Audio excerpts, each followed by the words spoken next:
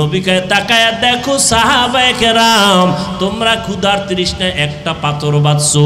নবী জামাটা উঠায় কয় দেখ। সাহাবায়ে কেরাম তাকায়া দেখে আমরা পাথর বাঁধলাম একটা, রহমতের নবী ক্ষুধার যন্ত্রণায় দুইটা পাথর পেটের সাথে চাপা দিয়া বাঁধছে। নবী দুইটা পাথর বেঁধে রাখছেন, ক্ষুধা সহ্য করা যায় না। সাহাবায়ে কেরাম দেখে চোখের পানি ছেড়ে কান্নার আওয়াজ। আমার নবী যার কোনো গুনাহ নাই, দুইটা পাথর পেটে বেঁধে নবী এত কষ্ট করতেছেন, আর আমরা একটা পাথর বেঁধে কষ্ট করতেছি। সাহাবাদের কান্না, নবীরও কান্না চলতেছে। এক করুণ দৃশ্য সেখানে বিদ্যমান। পার্শ্বে একজন সাহাবী জাবের রাদিয়াল্লাহু তাআলা আনহুর বাড়ি। জাবের এখানে দাঁড়ানো, নবীর কান্না দেইখা সহ্য করতে পারে না, একটা দৌড় মারছে। ঘরের মধ্যে গিয়া গোপনে কয় বিবি রহমতের নবীর কান্না সহ্য করা যায় না, সাহাবাদের কান্না, ক্ষুধা, বলো ঘরের মধ্যে কি কোনো খাবার আসেনি? বিবি বলে মাত্র 2-3 জনার খানার মতো একটু আটা আছে, আর একটা বকরির বাচ্চা আছে, 2-3 জন খেতে পারবে। একটা দৌড় মারছে, নবীর দরবারে আইসা দাঁড়ায় গেল। ও পয়গম্বর, কানে মুখ লাগায় একা নবী আসতে বলতেছি, আমার ঘরে সামান্য আটা, একটা বকরির বাচ্চা, 2-3 জন খেতে পারবে। আপনি যদি গোপনে গোপনে আসেন 2-3 জন সাহাবীদের নিয়া আমার বাড়ি দাওয়াত।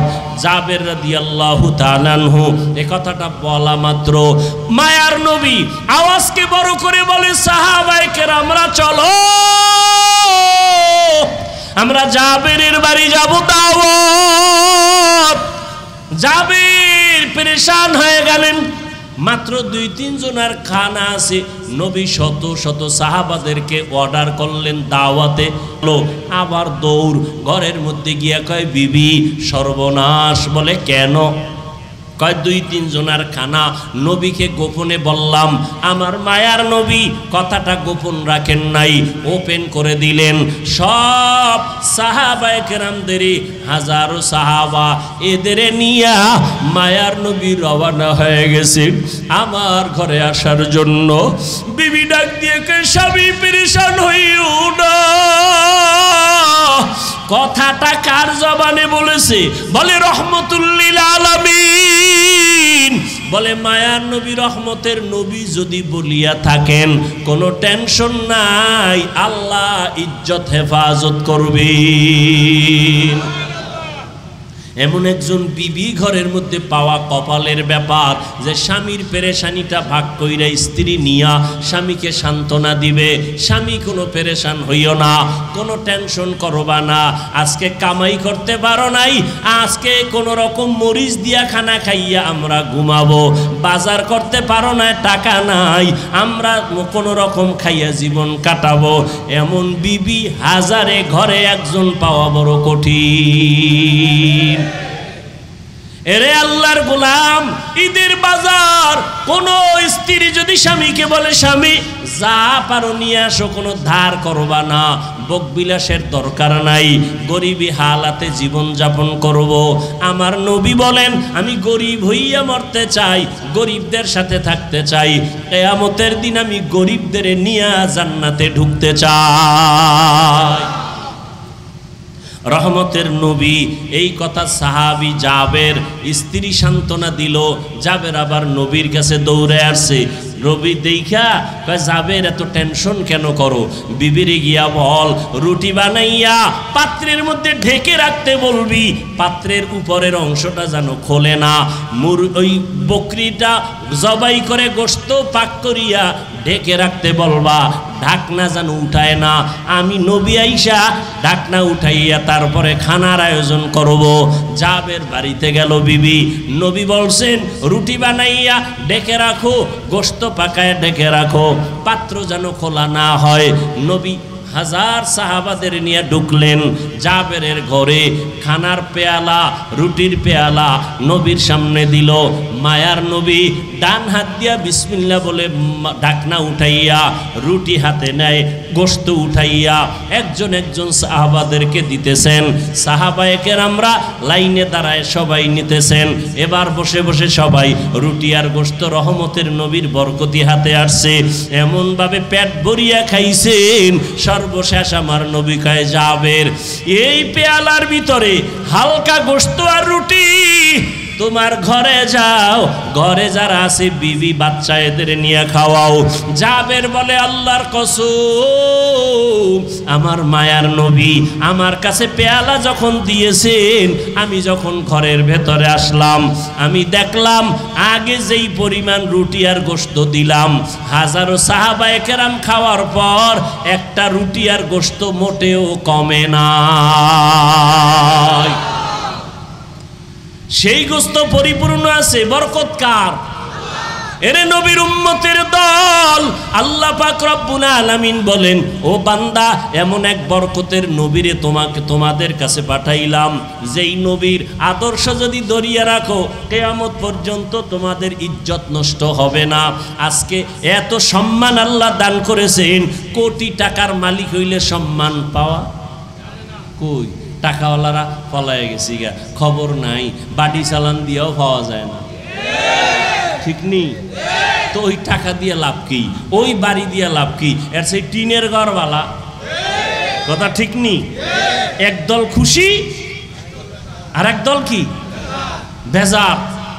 আবার এরা যদি জুলুম করে, আবার এদের উপরে আর একদল জালেমায় বইবে যে এবার তোরা বাগ আমরা খামু, কথা ঠিক নি?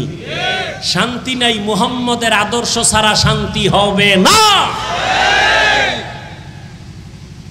কোন আদর্শে শান্তি হবে না, আল্লাহর কসম।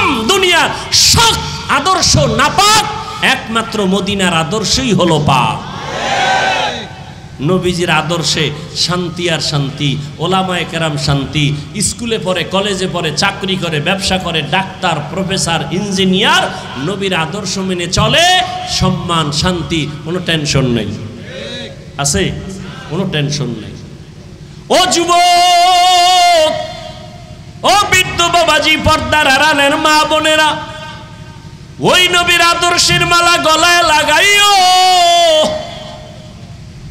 টাকার মধ্যে শান্তি না, খানার মধ্যে শান্তি না, শান্তি দেওয়ার মালিক আমার আল্লাহ।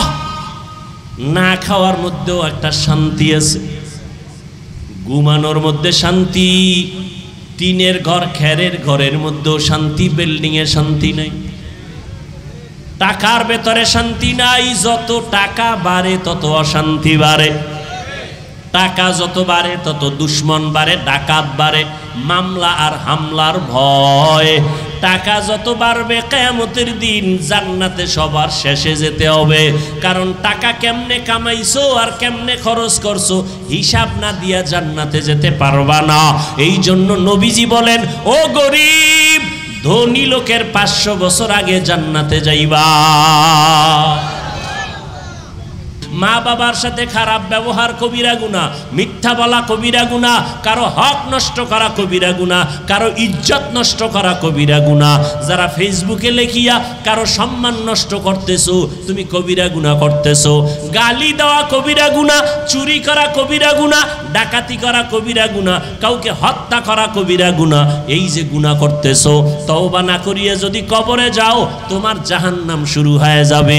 জান্নাতটা কেমন আরামের ঘর তাও আল্লাহ বয়ান করেছেন, জাহান্নামটা কেমন ভয়ঙ্কর তাও আল্লাহ কোরআনে বয়ান করেছেন। এগুলো যখন পড়িয়া আলেমের রাস্তায় চলে আসলাম, চিন্তা করে দেখলাম এই রাস্তায় চলতে গিয়া নবীরা কত কষ্ট করেছেন, তারপরও নামাজ ছাড়ে নাই, দাড়ি কাটে নাই। আম্বিয়ায়ে কেরাম, সাহাবায়ে কেরাম কষ্ট করেছেন, কত মানুষ অত্যাচার করেছে, নামাজ ছাড়েন নাই, দাড়ি কাটেন নাই। আলেমরা কষ্ট করেছেন, তারপর নামাজ ছাড়ে নাই, দাড়ি কাটে নাই, বেপরদায় চলে নাই। অতএব চিন্তা ভাবনা করে দেখলাম দুনিয়ার সম্মান কিছুই না রে বাবা। চোখের সামনে কত যুবকের লাশ, আমার বয়সের কত ক্লাসের ছাত্র ভাইরা আজকে দুনিয়ায় নাই, কবরে চলে গেছে। আমার থেকে অল্প বয়সের কত সন্তান চলে গেল, আমার থেকে বেশি বয়সের কত মানুষ চলে গেল। ও আল্লাহর বান্দা, একদিন আমাকেও যেতে হবে, তোমাকেও যেতে হবে। ওই অন্ধকার কবরে যেদিন যাব, আমার গায়ের জামাটা বেলেট দিয়া কেটে রেখে দিবে, 3টা সাদা কাফনের প্যাকেট বানাইয়া। আল্লাহর কোরআন সত্য, নবীর কথা সত্য রে বাবা। আমার নবী যার কোনো গুনাহ নাই, ওই নবী পর্যন্ত জাহান্নামের আযাবের ভয়ে কান্না করেন। আম্মা জান আয়েশা রাদিয়াল্লাহু আনহা বলতেছেন, ও নবী আপনি কেন কাঁদেন? নবী বলেন, কিয়ামতের ময়দানে আমার উম্মতের কি হালাত হবে এই ভয়ে কান্না করি। বলে কেমন হালাত হবে? বলে কিয়ামতের ময়দানে সূর্যের গরম, জাহান্নামের আগুনের গরম, নবীরা পর্যন্ত বেকারার হয়ে কান্নায় বিভোর হয়ে যাবেন। ঈসা নবী কান্না করবেন, হাসরের মাঠে মূসা নবী কান্না করবেন নিজেকে বাঁচাবার জন্য, ইব্রাহিম নবী কান্না করবেন উম্মতেরা সুপারিশের জন্য যাবে। সব নবীরা কান্না করে উম্মতের তাড়ায় দিবে, মূসা নবীও তাড়ায় দিবে, ঈসা নবী তাড়ায় দিবে। আম্মা জানকে নবী বলেন, সর্বশেষ আমার উম্মতগুলো আমি মুহাম্মদের হাসরের ময়দানে তালাশ করবে, কামে মাহমুদে সিজদায় পড়ে কান্না করব। সমস্ত নবীরা নিজেদের জন্য কান্না করবেন, আমি নিজের জন্য কাঁদব না। আমি কান্না করে বারবার আল্লাহকে বলবো, হে আল্লাহ আমার উম্মতেরে বাঁচাও, আমার উম্মতেরে বাঁচাও, আমার উম্মত যেন জাহান্নামে না যায়, ও আমার উম্মতেরে বাঁচাও। আল্লাহ পাক অর্ডার করবে, নবী আপনি কাঁদবেন না, উম্মতেরে দরিয়া দরিয়া জান্নাতের পথে নিয়ে যান। আম্মা জান আয়েশা বলেন, তখন কি করবেন? নবী বলেন, আমি আল্লাহর অর্ডার পাইয়া উম্মতগুলো ধরে ধরে জান্নাতের দিকে নিয়ে যাব। আম্মা জান বলেন, ইয়া রাসূলুল্লাহ কোটি কোটি মানুষের মধ্যে আপনি চিনবেন কি করে? নবী বলেন, ও আয়েশা আমার যারা মুহাব্বতের উম্মত দুনিয়াতে ওযু বানাইয়া 5 বেলার নামাজ পড়ছে, তাদের ওযুর জায়গাগুলো কিয়ামতের ময়দানে নূরের আলোতে ঝলমল করতে থাকবে। আমি নবী দেখিয়া জান্নাতের ময়দানে নিয়ে যাব। লাকাদ কানা লাকুম ফি রাসূলিল্লাহি উসওয়াতুন হাসানাহ। পয়গম্বর বলেন, আল্লাহ বলেন, ও নবী জানায়া দেন দুনিয়ার মানুষের। আয়াতটা একটা ঘটনার প্রেক্ষিতে আল্লাহ অবতীর্ণ করেছেন। রহমতের নবী আমার এমন এক জমিনের মধ্যে আগমন করেছেন, যেই জমিনের মানুষগুলো চরিত্রহীন, নাপাক, এতটাই চরিত্রহীন নাপাক, সারা দুনিয়াতে এর মতো চরিত্রহীন মানুষ আর কোথাও নাই। এই চরিত্রহীন নাপাক মানুষের মাঝে আল্লাহ তাআলা চাঁদের আলো পাঠায় দিলেন। ওমা আরসালনাকা ইল্লা রাহমাতাল লিল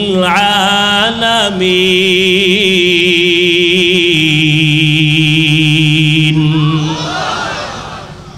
জগৎ সমূহের জন্য রহমত আমার নবী।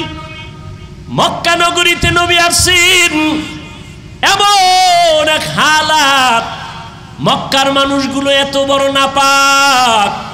আল্লাহর ঘর বাইতুল্লাহ এত দামি ঘর, যেই ঘরটার দিকে তাকাইলেই সওয়াব। আরো আস্তে করে বলে, বাইতুল্লাহ গেছেননি কেউ? জান না কেউ? কি ময়দানে কেউ নাই? যাওয়ার আশাও নাই? আল্লাহ কবুল করেন। বাইতুল্লাহ গিয়া প্রথম নজর দিবেন, প্রথম নজর দেওয়া মাত্র যে দোয়া করবেন সাথে সাথে কবুল, সাথে সাথে কি কবুল। বাইতুল্লাহর দিকে প্রথম নজর দিয়া যে দোয়া করবে সেই দোয়া কবুল। ভাইরা আমার ভালো করে খেয়াল করেন, এমন বাইতুল্লাহ, যেই বাইতুল্লাহর দিকে প্রথম নজর করিয়া দোয়া করলে সাথে সাথে কবুল হয়ে যাবে, এমন আল্লাহর ঘর, যেই ঘরটা আল্লাহ দুনিয়ার হেদায়েতের জন্য পাঠাইলেন। ইন্না আউওয়ালা বাইতি উযিআ লিন-নাসি লাল্লাযী বিবাক্কাতা মুবারাকান ওয়া হুদাল লিল আলামিন।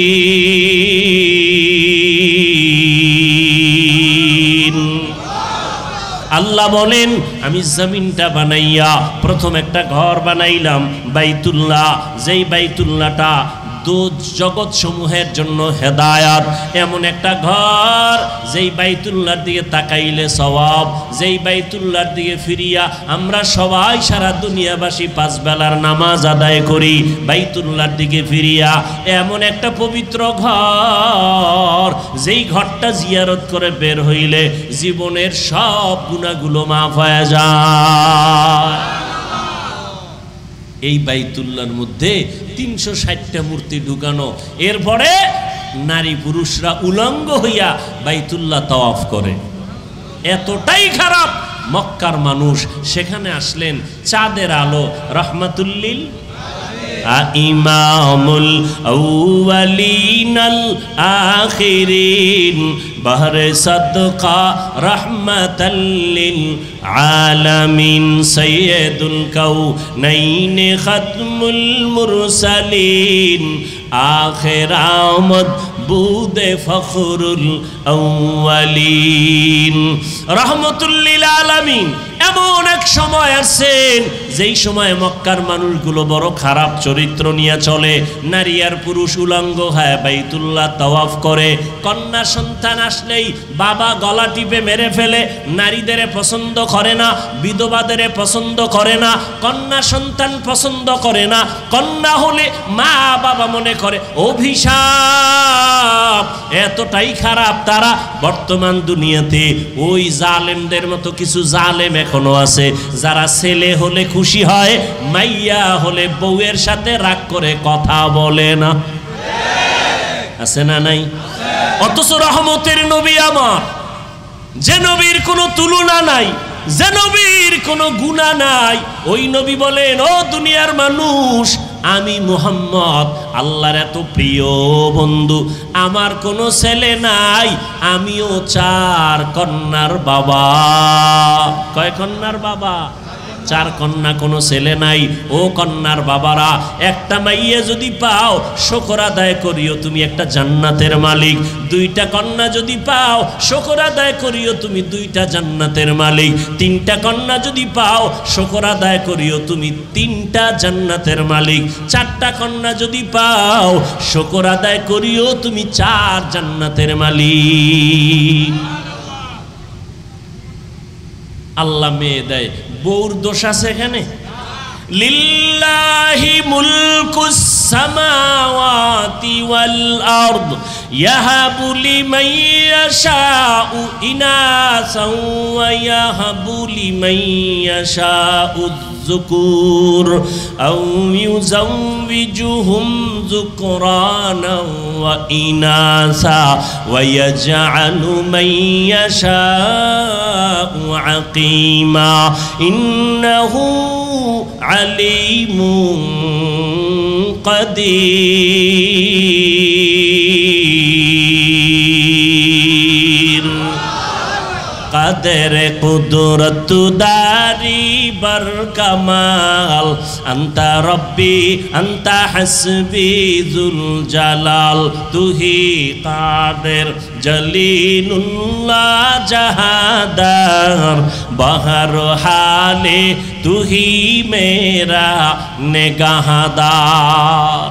নবী আসছেন এমন একটা নাপাক জায়গা, এমন একটা নাপাক পরিবেশ, মানুষগুলো নবী মানবে দূরের কথা, এরা কন্যা সন্তান পছন্দ করে না। রহমতের নবী আসলেন, যুদ্ধ শুরু হয়ে গেল, একের পর এক নবীর রাস্তায় বাধা, চলতে বাধা, খাইতে বাধা। আমার নবী যদি দোয়া করে ওহুদের পাহাড় স্বর্ণ হয়ে যায়, খানা সামনে এসে হাজির হয়। কিন্তু কেমন আল্লাহর কুদরত! আমার নবী রহমতুল লিল আলামিন এমন ভাবে আমার আল্লাহ পাঠাইছেন, দুনিয়ার জমিনে ঈসা নবী আব্বা বলে ডাক দিতে পারেন নাই। 6 বছরে মাও হারায় ফেললেন। অসহায় এতিম নবী আমার, এত কষ্টের জীবন, শিয়াবে আবু তালিবের মধ্যে বংশের দুশ্মনেরা আমার নবীকে 3 বছর পর্যন্ত গৃহবন্দী করে রাখলো, খানা দেয় না, পানি দেয় না। আমার নবী গাছের পাতা ছিঁড়ে ছিঁড়ে চাবাইয়া চাবাইয়া খায় আর পেটের ক্ষুধা নিবারণ করে। এমনিতেই নবী আমার দিন দুনিয়া এই পর্যন্ত পৌঁছে না। সারা দুনিয়ার আম্বিয়া কেরাম নবী রসুল যে কষ্ট করেছেন, সমস্ত সাহাবা কেরাম যে কষ্ট করেছেন, আমার রসুলের 1000 কোটি ভাগের 1 ভাগও হবে না। নবী আসিয়া বাবা পাইলেন না, 6 বছরে মা হারাইলেন। এরপরে 3 বছর নবীকে গৃহবন্দী করে রাখছে, পানি দেয় না, খানা দেয় না। নবী গাছের পাতা ছিঁড়ে ছিঁড়ে চাবায়া পেটের ক্ষুধা নিবারণ করেন। আর আপনি আরামে ইসলাম পালন করবেন কষ্ট ছাড়া?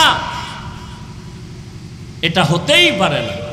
দুনিয়াটা মুমিনের জন্য পরীক্ষার হল। রহমতের নবী আদর্শ নিয়ে আসলেন, উত্তম আদর্শ, রহমতের নবীর আদর্শ। আস্তে আস্তে মানুষ যখন ফলো করা শুরু করলো, দিলের মধ্যে মোহাব্বত বেড়ে গেল। নবী একটা মিথ্যা কথা বলেন না, নবী কাউকে একটা গালি দেন না।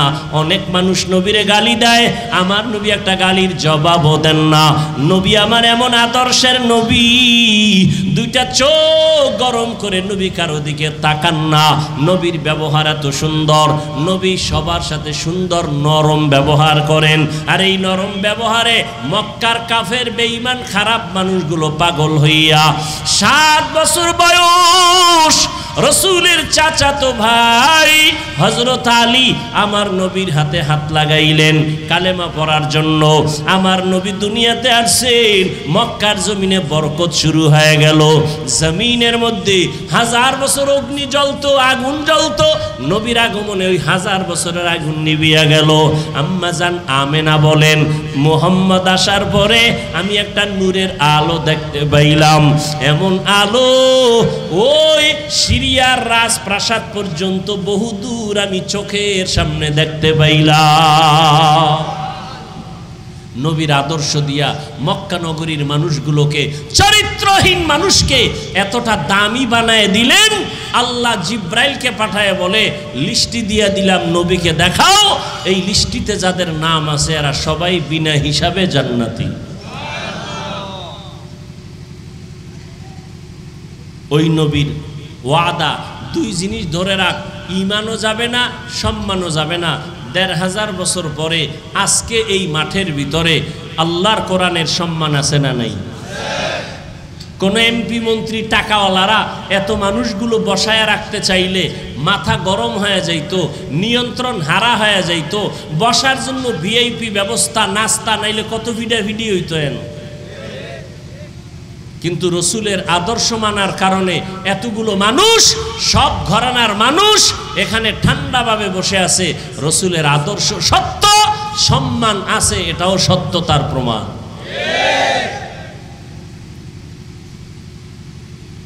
দুনিয়ার থেকে টাকা দিয়া সম্মান কিনেছে, টাকা শেষ, সম্মানও কি শেষ। মেয়াদ নিয়ে সম্মান নিছে 5 বছর, 10 বছর, 20 বছর, সম্মান শেষ, টাকা শেষ, মেয়াদ শেষ। কিন্তু কোরআন আর সুন্নাত যারা ধরে রাখবে এদের সম্মানের কোনো মেয়াদ নাই। আছে কোনো মেয়াদ? ওলামায়ে কেরামের চেয়ারের কোনো মেয়াদ আসেনি? কোনো মেয়াদ নাই। সম্মান, বেনামাজিও সম্মান করে, বিধর্মীরাও সম্মান করে। রসুলের আদর্শের কারণে বর্তমান দুনিয়াতে চতুর্মুখী ষড়যন্ত্রের মাঝেও রসুলের আদর্শ যারা মেনে চলে তাদের সম্মান এখনো আছে।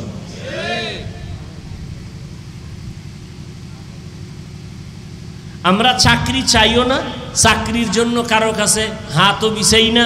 আমাদেরকে ম্যাজিস্ট্রেট বানাও, ডিসি বানাও, এসপি বানাও, তাও বলি না। এমপি বানাও, মন্ত্রী বানাও, তাও বলি না। কেন বলবো? আল্লাহ যে সম্মান দিছেন ওলামায়ে কেরামদেরকে, ওই চেয়ারওয়ালারা আলেমের পেছনে এসে বসে থাকে একটু দোয়ার জন্য। সম্মান কে দিছেন? আলেমরা করোনায় অনেক মানুষ না খাইয়া অকাতরে জীবন দিয়েছে, কোন আলেম মরছে?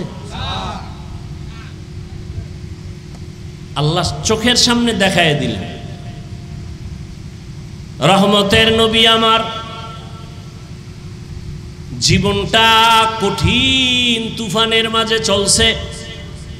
ঘরের ভেতরে দুশ্মন, ডানে বামে সামনে পেছনে দুশ্মন, এত বড় দুশ্মনী করলো জন্মভূমিতে আমার নবীকে থাকতে দিল না।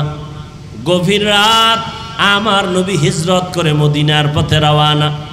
এরে নবীর আশিক মদিনায় যাইয়াও নবীরে শান্তিতে থাকতে দেয় না। ওই আবু জাহিল্লা লোক পাঠায় মুহাম্মদের সাথে যুদ্ধ করার জন্য। এভাবে বহু যুদ্ধ, একটা যুদ্ধ হলো খন্দকের যুদ্ধ। মদিনার পার্শ্বে তিন দিক থেকে পাহাড়, দুশমন আসতে পারে না, একদিক থেকে খোলা। নবী গর্ত খনন করলেন, সাহাবায়ে কেরামদের বললেন গর্ত খনন যদি করি নিরাপত্তার জন্য, দুশমন আমাদের ডাইরেক্ট আইসা হামলা করতে পারবে না, চলো আমরা গর্ত খনন করি। নবীও কাজে লেগে গেলেন। পাথরওয়ালা জমিন, পাথর উঠাইয়া গর্ত পরীক্ষা খনন করবেন। ওদিকে প্রচন্ড গরম, সহ্য করা যায় না। এমন এক হালাত, সাহাবায়ে কেরামদের ভেতর থেকে কেউ দাঁড়ায় বলে ইয়া রাসূলুল্লাহ আমার বাড়িতে যাওয়া লাগবে, পাহারা দেওয়ার কেউ নাই। আসলে কাজে কষ্ট, এ কথা নবীকে বলতে পারে না। মিথ্যা অজুহাত দিয়া নবীর থেকে রুখসত চায়, ছুটি চায়। নবী দিবেন ভাব। জিবরাইল আমিন এসে হাজির। ইয়া রাসূলুল্লাহ এদের অন্তরের মধ্যে নেফাকি, এরা আসলে নাম দেয় মুসলমান, আসলে এরা মুনাফিক। এদের জানায় দেন।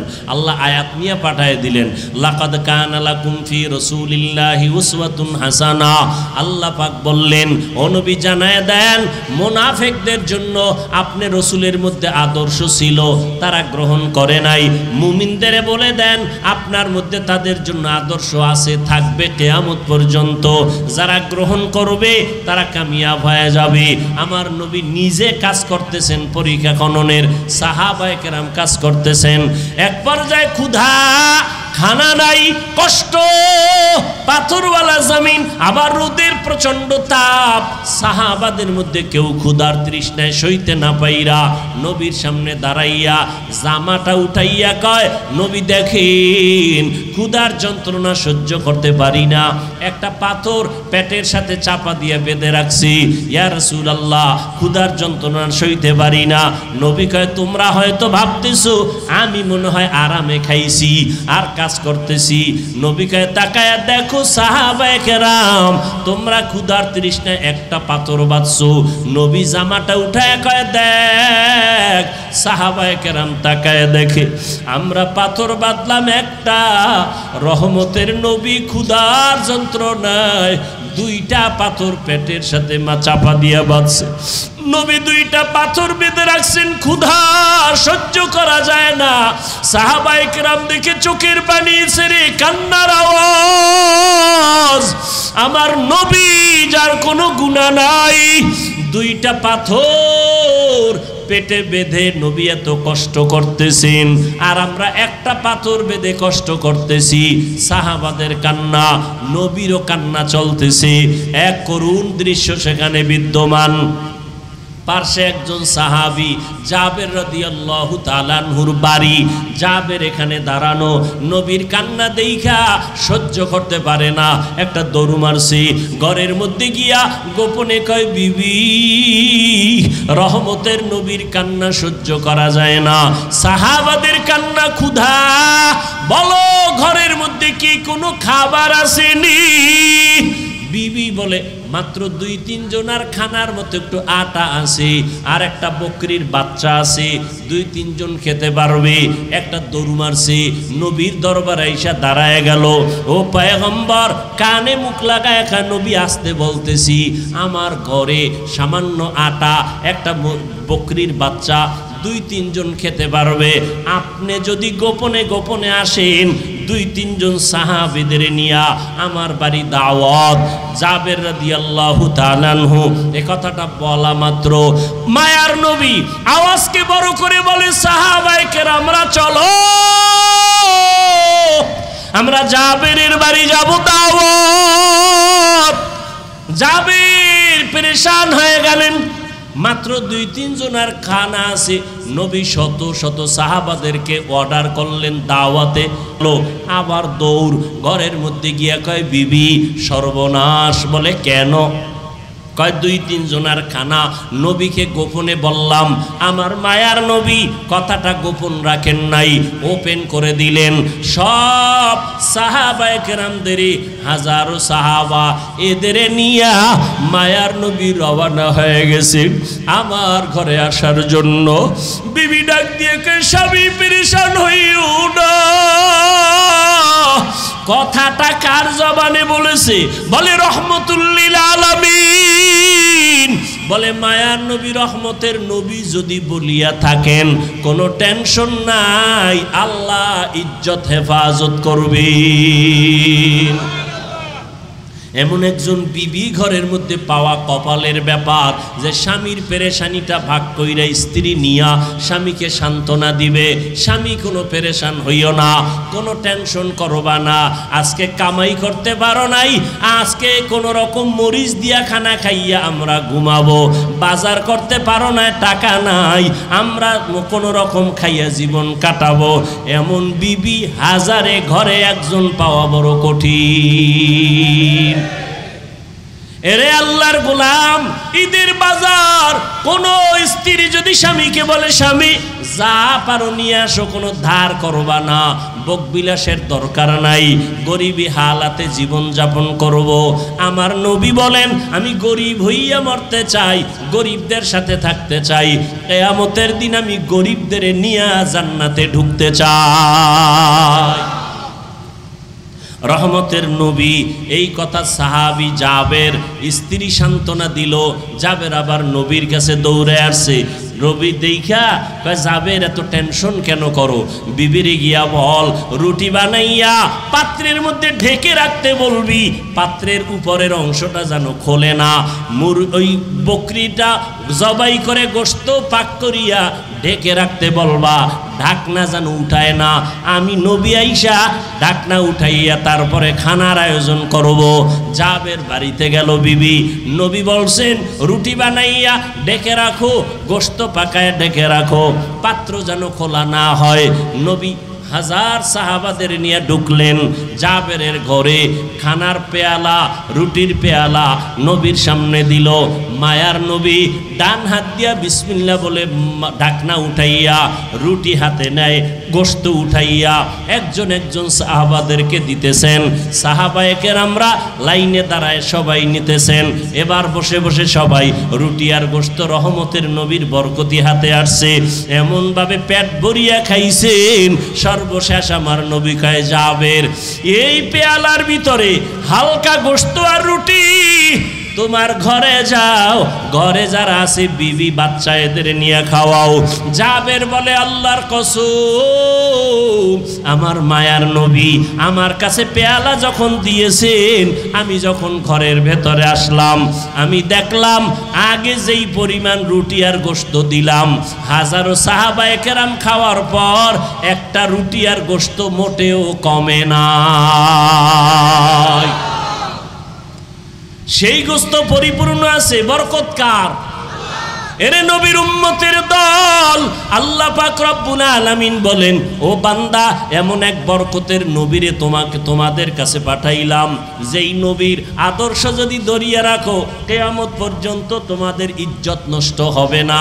আজকে এত সম্মান আল্লাহ দান করেছেন, কোটি টাকার মালিক হইলে সম্মান পাওয়া কই? টাকাওয়ালারা পলায় গেছি গা, খবর নাই, বাড়ি চালান দিয়েও পাওয়া যায় না, ঠিক নেই তো? ওই টাকা দিয়ে লাভ কি? ওই বাড়ি দিয়ে লাভ কি? এর সেই টিনের ঘরওয়ালা, কথা ঠিক নেই? একদল খুশি আর একদল কি বেজার। আবার এরা যদি জুলুম করে, আবার এদের উপরে আর একদল জালেমায় বইবে যে এবার তোরা বাগ আমরা খামু, কথা ঠিক নেই? শান্তি নাই, মুহাম্মদের আদর্শ ছাড়া শান্তি হবে না। কোন আদর্শে শান্তি হবে না, আল্লাহর কসম। দুনিয়ার সব আদর্শ নাপাক, একমাত্র মদিনার আদর্শই হলো পাক। নবীজির আদর্শে শান্তি আর শান্তি, ওলামায়ে কেরাম শান্তি, স্কুলে পড়ে, কলেজে পড়ে, চাকরি করে, ব্যবসা করে, ডাক্তার, প্রফেসর, ইঞ্জিনিয়ার, নবীর আদর্শ মেনে চলে, সম্মান, শান্তি, কোনো টেনশন নেই। আছে? কোনো টেনশন নেই। ও যুবক, ও বৃদ্ধ বাবাজি, পর্দার আড়ালের মা বোনেরা, ওই নবীর আদর্শের মালা গলায় লাগাইও। টাকার মধ্যে শান্তি না, খানার মধ্যে শান্তি না, শান্তি দেওয়ার মালিক আমার আল্লাহ। না খাওয়ার মধ্যেও একটা শান্তি আছে, ঘুমানোর মধ্যে শান্তি, টিনের ঘর, খেরের ঘরের মধ্যেও শান্তি, বিল্ডিং এ শান্তি নাই। টাকার ভেতরে শান্তি নাই, যত টাকা বাড়ে তত অশান্তি বাড়ে, টাকা যত বাড়ে তত দুশ্মন বাড়ে, ডাকাত বাড়ে, মামলা আর হামলার ভয়। টাকা যত বাড়বে কিয়ামতের দিন জান্নাতে সবার শেষে যেতে হবে, কারণ টাকা কেমনে কামাইছো আর কেমনে খরচ করছো হিসাব না দিয়া জান্নাতে যেতে পারবা না। এই জন্য নবীজি বলেন, ও গরিব, ধনী লোকের 500 বছর আগে জান্নাতে যাইবা। ও আল্লাহর বান্দারা, ও যুবক, আমি কিন্তু এই কথা বলি না সবাই আমার মতো হুজুর হইয়া যাও, স্কুল কলেজ বাদ দিয়া দাও, কওমি মাদ্রাসায় আসো, তাবলিগে যাও, না হয় জাহান্নামে যাইবা। একবারও বলি না, বরং আমি আশ্বাস দিয়া যাই, ও যুবক, স্কুলে পড়ো বাধা নাই, কলেজে পড়ো বাধা নাই, চাকরি করো বাধা নাই, ডাক্তার হও বাধা নাই, ইঞ্জিনিয়ার হও বাধা নাই। আমার দেশে তুমি ইঞ্জিনিয়ার হবা, মুসলমানের গৌরব, মুসলমানের ছেলে ডাক্তার হও, মুসলমানের জন্য গৌরব, মুসলমানের সন্তান ইঞ্জিনিয়ার হও, মুসলমানের জন্য গৌরব। ও আল্লাহর বান্দা, তবে চরিত্রটা ঠিক রাইখা চলো, নিজে বিনয়ী হইয়া নবীর মোহাব্বতে 5 বেলার নামাজ পড়ো, মা বাবার দোয়া নিয়ে চলো, আলেমদের পরামর্শ নিয়ে চলো। এইভাবে যদি চলতে পারো, ডাক্তার হইয়াও তোমার জীবন সফল। আর যদি নবীর আদর্শ না মানো, ডাক্তার হইয়াও কপালে জুতার বাড়ি।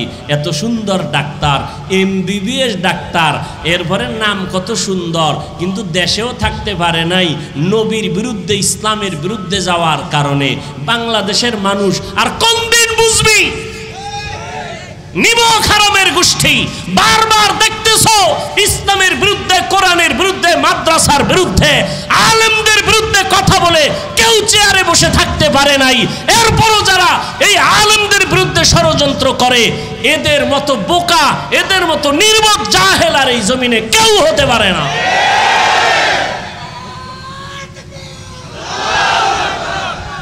এরপর আলেমদের বিরুদ্ধে ষড়যন্ত্র, এরপর মাদ্রাসার বিরুদ্ধে ষড়যন্ত্র, এরপর কোরআনের মাহফিলের বিরুদ্ধে ষড়যন্ত্র।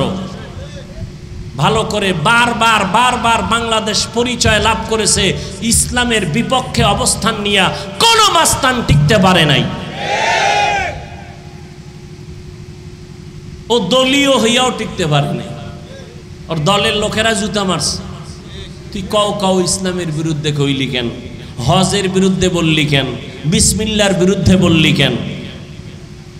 কথা ঠিক না? এদেশের মানুষ ইসলামের প্রতি অনেক দুর্বল, কালেমার প্রতি দুর্বল, আলেমদের প্রতি দুর্বল।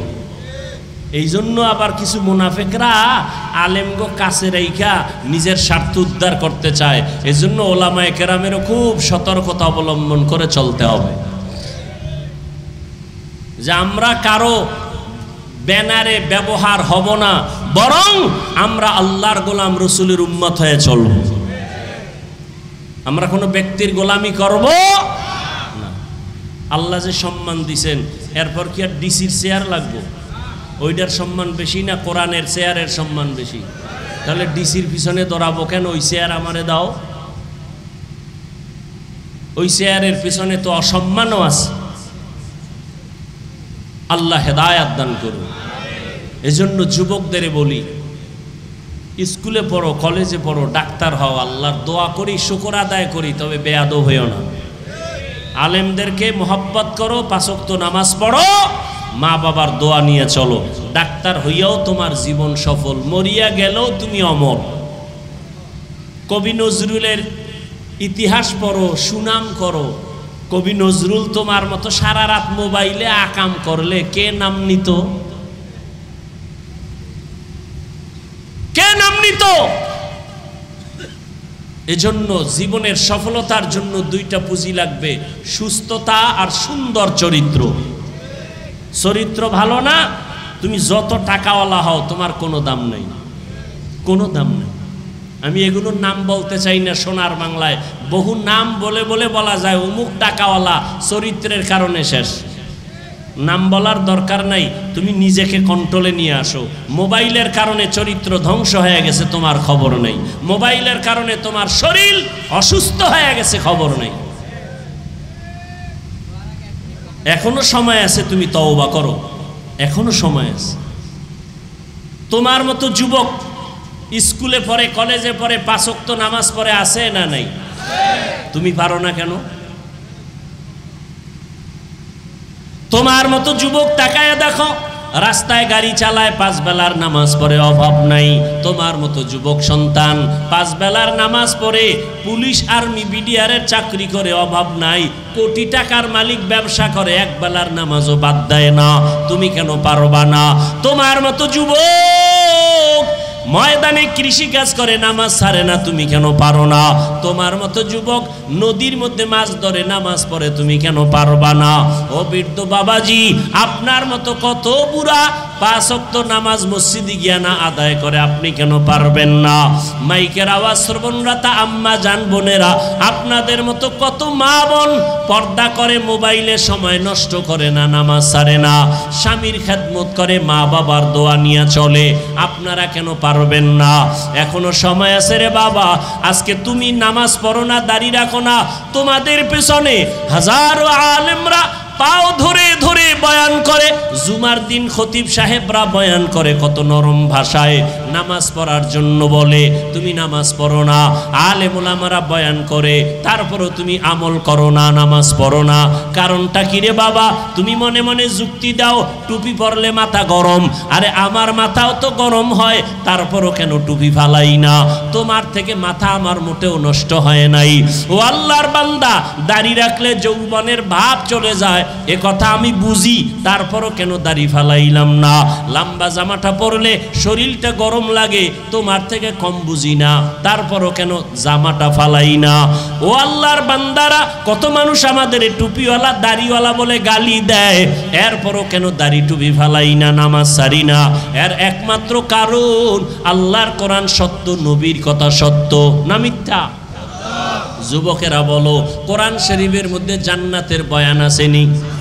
কোরআন শরীফে জাহান্নামের বয়ান আসেনি? ওই বয়ানগুলো সত্য নেই? সত্য। কে জান্নাতে যাবে, কে জাহান্নামে যাবে, আল্লাহ তাও বয়ান করেছেন। ইন্নাল আবরারা লাফি নাঈম ওয়া ইন্নাল ফুজ্জারা লাফি জাহিম। নেক আমলওয়ালারা জান্নাতের প্রতীক, গুনাহ যারা করবে তারা জাহান্নামের প্রতীক। মা বাবার সাথে খারাপ ব্যবহার কবিরা গুনাহ, মিথ্যা বলা কবিরা গুনাহ, কারো হক নষ্ট করা কবিরা গুনাহ, কারো ইজ্জত নষ্ট করা কবিরা গুনাহ। যারা ফেসবুকে লেখিয়া কারো সম্মান নষ্ট করতেছো, তুমি কবিরা গুনাহ করতেছো। গালি দেওয়া কবিরা গুনাহ, চুরি করা কবিরা গুনাহ, ডাকাতি করা কবিরা গুনাহ, কাউকে হত্যা করা কবিরা গুনাহ। এই যে গুনাহ করতেছো, তওবা না করিয়ে যদি কবরে যাও, তোমার জাহান্নাম শুরু হয়ে যাবে। জান্নাতটা কেমন আরামের ঘর, তাও আল্লাহ বয়ান করেছেন। জাহান্নামটা কেমন ভয়ঙ্কর, তাও আল্লাহ কোরআনে বয়ান করেছেন।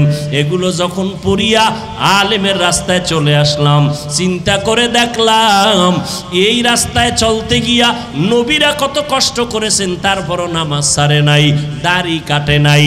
আম্বিয়ায়ে কেরাম, সাহাবায়ে কেরাম কষ্ট করেছেন, কত মানুষ অত্যাচার করেছে, নামাজ ছাড়েন নাই, দাড়ি কাটেন নাই। আলেমরা কষ্ট করেছেন, তারপরও নামাজ ছাড়ে নাই, দাড়ি কাটে নাই, বেপরদায় চলে নাই। অতএব চিন্তা ভাবনা করে দেখলাম দুনিয়ার সম্মান কিছুই না রে বাবা। চোখের সামনে কত যুবকের লাশ, আমার বয়সের কত ক্লাসের ছাত্র ভাইরা আজকে দুনিয়ায় নাই, কবরে চলে গেছে। আমার থেকে অল্প বয়সের কত সন্তান চলে গেল, আমার থেকে বেশি বয়সের কত মানুষ চলে গেল। ও আল্লাহর বান্দা, একদিন আমাকেও যেতে হবে, তোমাকেও যেতে হবে। ওই অন্ধকার কবরে যেদিন যাব, আমার গায়ের জামাটা বেলেট দিয়া কেটে রেখে দিবে, 3টা সাদা কাফনের প্যাকেট বানাইয়া। আল্লাহর কোরআন সত্য, নবীর কথা সত্য রে বাবা। আমার নবী যার কোনো গুনাহ নাই, ওই নবী পর্যন্ত জাহান্নামের আযাবের ভয়ে কান্না করেন। আম্মা জান আয়েশা রাদিয়াল্লাহু আনহা বলতেছেন, ও নবী আপনি কেন কাঁদেন? নবী বলেন, কিয়ামতের ময়দানে আমার উম্মতের কি হালাত হবে এই ভয়ে কান্না করি। বলে কেমন হালাত হবে? বলে কিয়ামতের ময়দানে সূর্যের গরম, জাহান্নামের আগুনের গরম, নবীরা পর্যন্ত বেকারার হয়ে কান্নায় বিভোর হয়ে যাবেন। ঈসা নবী কান্না করবেন, হাসরের মাঠে মুসা নবী কান্না করবেন নিজেকে বাঁচাবার জন্য, ইব্রাহিম নবী কান্না করবেন উম্মতেরা সুপারিশের জন্য যাবে। সব নবীরা কান্না করে উম্মতের তাড়ায় দিবে, মুসা নবীও তাড়ায় দিবে, ঈসা নবী তাড়ায় দিবে। আম্মা জানকে নবী বলেন, সর্বশেষ আমার উম্মতগুলো আমি মুহাম্মদের হাসরের ময়দানে তালাশ করবে, কামে মাহমুদে সিজদায় পড়ে কান্না করব। সমস্ত নবীরা নিজেদের জন্য কান্না করবেন, আমি নিজের জন্য কাঁদবো না। আমি কান্না করে বারবার আল্লাহকে বলবো, হে আল্লাহ আমার উম্মতেরে বাঁচাও, আমার উম্মতেরে বাঁচাও, আমার উম্মত যেন জাহান্নামে না যায়, ও আমার উম্মতেরে বাঁচাও। আল্লাহ পাক অর্ডার করবে, নবী আপনি কাঁদবেন না, উম্মতেরে দরিয়া দরিয়া জান্নাতের পথে নিয়ে যান। আম্মা জান আয়েশা বলেন, তখন কি করবেন? নবী বলেন, আমি আল্লাহর অর্ডার পাইয়া উম্মতগুলো ধরে ধরে জান্নাতের দিকে নিয়ে যাব। আম্মা জান বলেন, ইয়া রাসূলুল্লাহ কোটি কোটি মানুষের মধ্যে আপনি চিনবেন কি করে?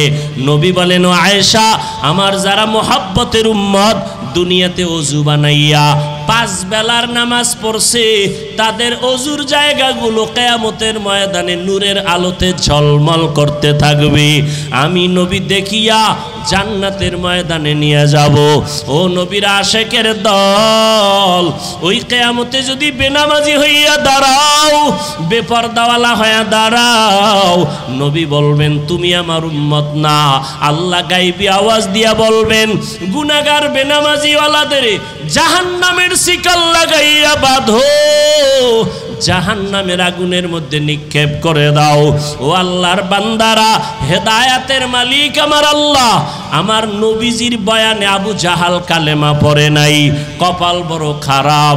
আর ওমরের মতো বান্দা তরবারি নিয়ে নবীকে গলা কাটতে আসিয়া কালেমা পড়ে ফেললো। এই দুনিয়াতেও একদল মানুষ হাজারো বয়ান শুনিয়া কালেমা পড়বে না, বাইরে গিয়া সমালোচনা করবে, বিরোধিতা করবে। আর একদল আল্লাহর গোলাম গুনার কথা স্মরণ করে তওবা করবে, আর মনে মনে বলবে, হে মালিক জীবনে কত নামাজ ছাড়লাম, বেপরদায় চললাম, গুনাহ করলাম, আজকে থেকে নামাজ ছাড়বো না, বেপরদায় চলবো না, দাড়ি কাটবো না, মা বাবারে কষ্ট দিব না, উলামায়ে কেরামের পরামর্শ নিয়া নবীর তরিকা মানিয়া চলবো।